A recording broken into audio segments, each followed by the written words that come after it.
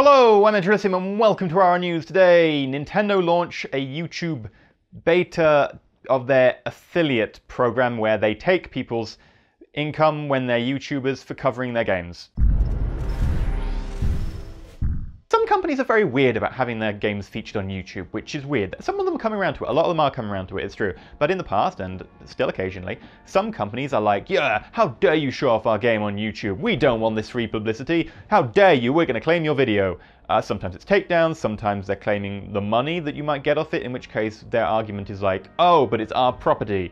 Sure, the people who painted my wall probably have the right to the paint, but they don't have the right to me showing you it on video because it's transformative use. Now, of course, the argument about video games turning into videos with my commentary, that's a little bit closer in terms of transformative use. It is a video game, it has an audio-visual component, and, you know, I am making an audio-visual presentation of it.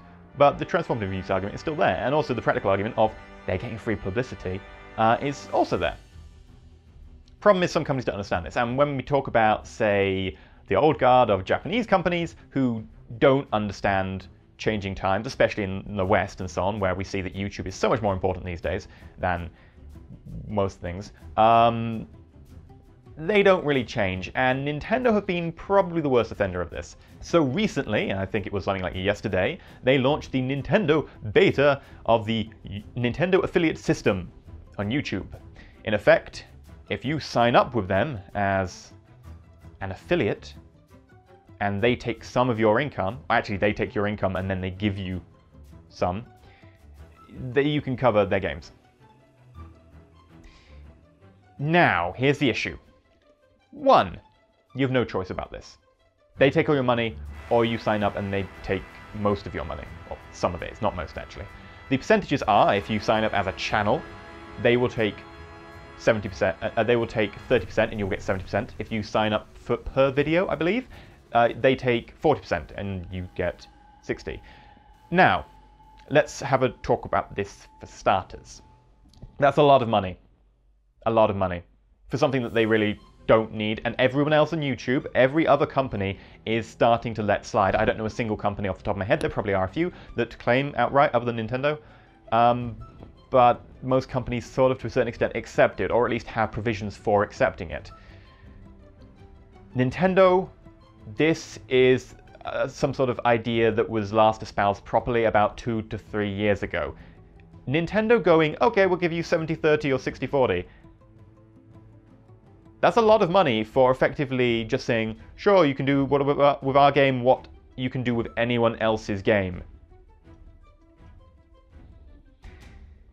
They're holding their own products hostage, in effect, for publicity, which is a weird, weird world. And you know what's going to happen? Everyone who has a choice is not going to cover Nintendo products. The people who have Nintendo-only channels and have somehow managed to survive through the period of Nintendo just claiming everything, are going to have no choice and going to have to sign up to this. They have no choice. They're being held hostage. Everyone else will not cover their games. Those people who are forced into this system, and Nintendo can pull out the rug from under them any time, if you make a video critical of a Nintendo product, Nintendo can probably go, yep, we're not going to do that. Now, I'm not saying they would, but they have the power to. They can remove your monetization and give the monetization all to them, and you have to do all the things that they say in the hoops. This means that, are you ever going to see a review on YouTube of a Nintendo product? Probably not. Although you, as a review, you have a perfect right to do it. Completely and utterly allowed. Critical content is protected. But Nintendo probably will still automatically flag it. Frankly, it's a disgusting move. It shows no, actual understanding of the trends and the time. Stupid.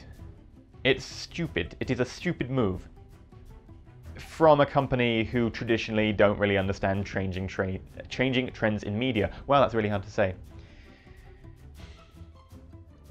It's kind of disappointing, but then again, that's why you don't see Nintendo videos that much on YouTube anymore. Great world, isn't it? Anyway, I've been EnterElysium. This has been IRL News. We've been talking about Nintendo being disappointing. I'm gonna be generous today. Disappointing.